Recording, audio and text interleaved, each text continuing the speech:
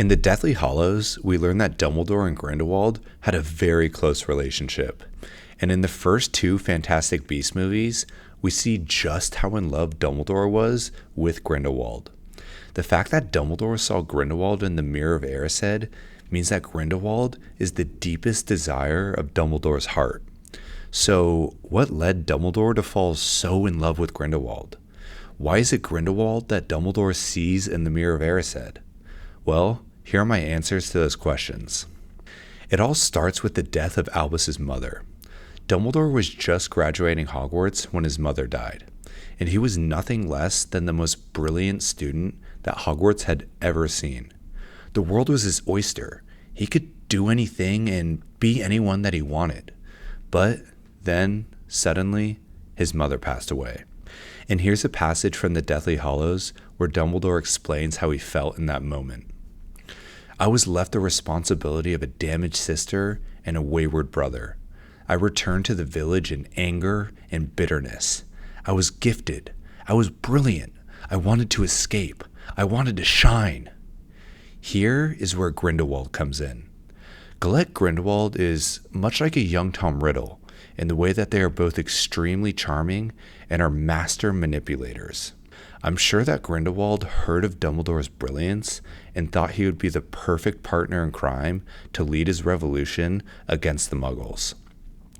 Before Grindelwald was introduced to Albus, he would have known about the death of his parents and that instead of living out his dreams, Albus was now stuck in his house watching over his younger brother and sister.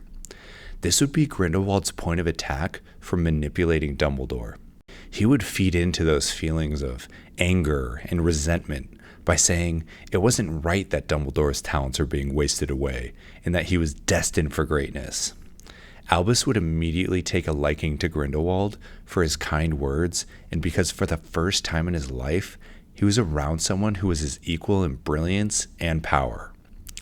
Once Grindelwald had charmed Dumbledore and fed into his ego by telling him how great he thought he was, Dumbledore would be intrigued to know what Grindelwald wanted to do with the rest of his life.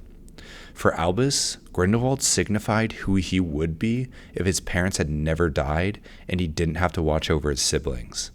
He would listen to all Grindelwald's plans for greatness and picture himself achieving those things.